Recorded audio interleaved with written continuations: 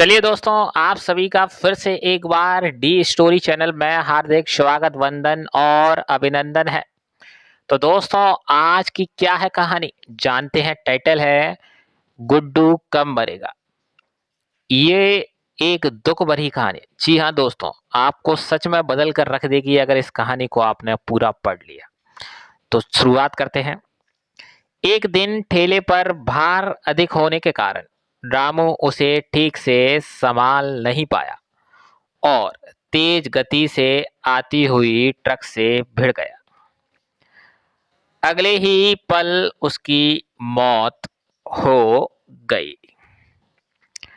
और उसके पीछे रह गई उसकी पत्नी जानकी और छोटे छोटे बच्चे गुड्डी और गुड्डू। एक तरफ रामू का अंतिम संस्कार किया जा रहा था और दूसरी तरफ उसके बच्चे बिलख रहे थे। नहीं, इसीलिए नहीं कि पापा मर गए थे, वे तो भूख से बिलख रहे थे। उन्होंने कई दिनों से पेट भर खाना नहीं खाया था और आज तो मुंह में एक निवाला भी नहीं गया था। सो भूख से रोए जा रहे थे। माँ, माँ, कुछ खाने को दो ना। माँ, बड़ी भूख लगी है। माँ, कुछ दो ना। कोई पत्थर दिल भी इस दृश्य को देखकर पसीज जाता। पड़ोसियों को भी दया आ गई। अगले अगल बगल से खाना आ गया। बड़े दिनों बाद आज गुड्डी और गुड्डू पेट भर के खाना खा रहे थे। अजीब विरोधाभास था।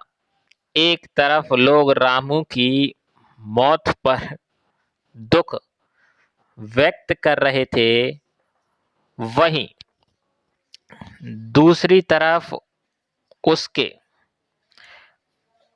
अपने बच्चे बड़े चाव से भोजन कर रहे थे। जानकी ने अगले कुछ दिन इसी तरह से उधार लेकर और इधर उधर से मांगकर अपना और बच्चों का पेट पाला।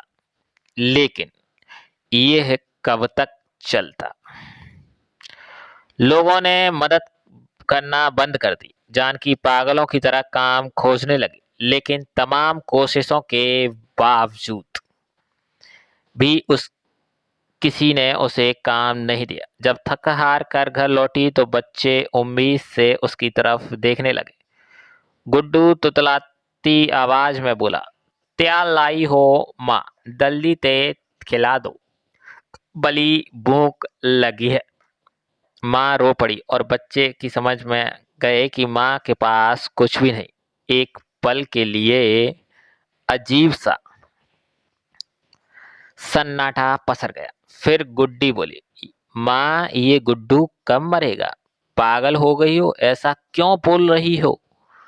माँ ने डांटते हुए बोला, माँ, जब पापा मरे थे तो उस दिन हम लोगों को पेट भर खाना मिला था। गुड्डू मरेगा तो फिर खाना आएगा ना। गुड्डी की बातें सुनकर माँ की आंखें फटी की फटी रह गई। उसके पास गुड्डी की बातों का कोई जवाब नहीं था। दोस्तों, ये सिर्फ एक कहानी नहीं, ये दुनिया के करोड़ों लोगों की हकीकत है। इस पर गौर कीजिए।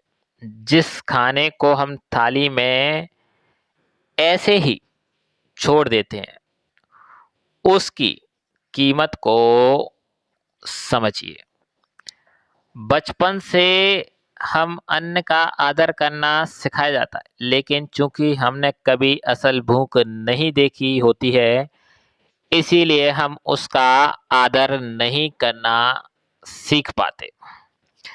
एक दिन, बस एक दिन भूखा रहकर देखिए और आप करोड़ों लोगों का दर्द समझ जाएंगे।